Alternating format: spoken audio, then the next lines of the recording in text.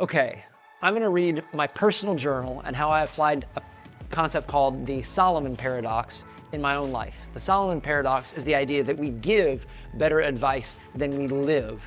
And so an ideal way to apply this is to just give advice to yourself. So you've got to kind of separate yourself from yourself.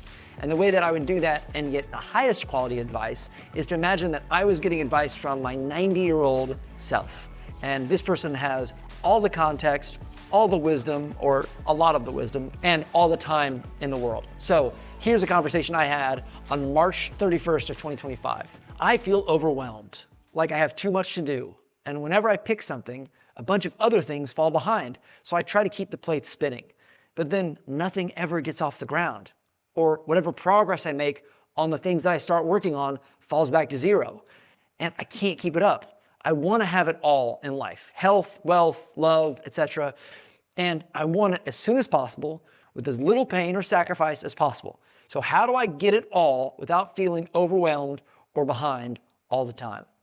I'm honestly a little embarrassed that I'm saying all this out loud, but this is what I'm asking 90-year-old me.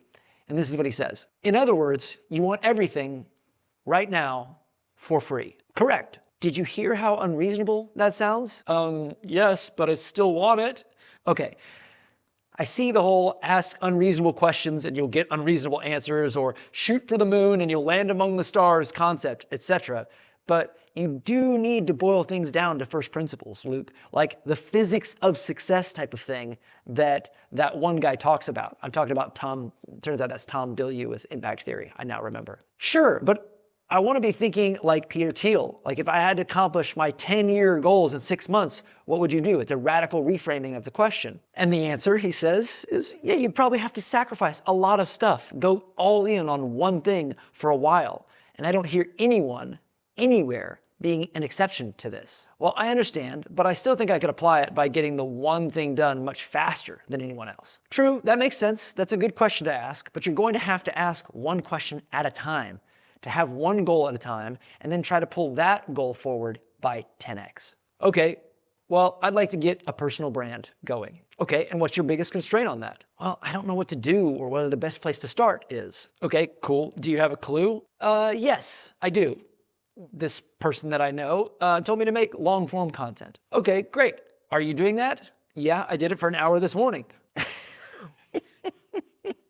This 90-year-old me is very amused. Ha, for 1 hour. 1 hour? Okay, congratulations. This transformation you're talking about is going to take forever at that rate. I know. If you know, then let's put a plan together for you to do better. Okay, I'll get up at 6, then I'll work until 1. That's 7 hours of heads down work. Okay, good. Just be asking yourself how to get more and more time in an open-hearted space to create your long-form content that your friend says you need to do. Okay, I will. Thanks for that. Also, remember, I love you and I'm rooting for you, and nobody wants you to succeed more than I do. What's the second bottleneck? Not knowing what to do other than what my friend said. Okay, well, what are you doing about that? I'm posting on X and LinkedIn just to see how it works, and then also finding people to teach me, and I'm interviewing a bunch of them. Great, that all sounds good. Luke, you're not doing the wrong things or on the wrong track. This is just taking longer than you'd like it to, and you're avoiding the uncomfortable feelings of expressing yourself. Welcome to the world of an artist of any kind.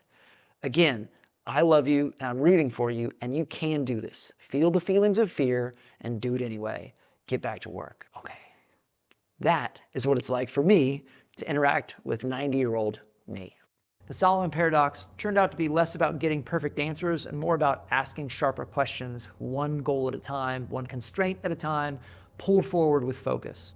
The biggest takeaway, of course, stop expecting everything instantly, embrace the uncomfortable work, and trust that the version of you who loves you the most already knows the path.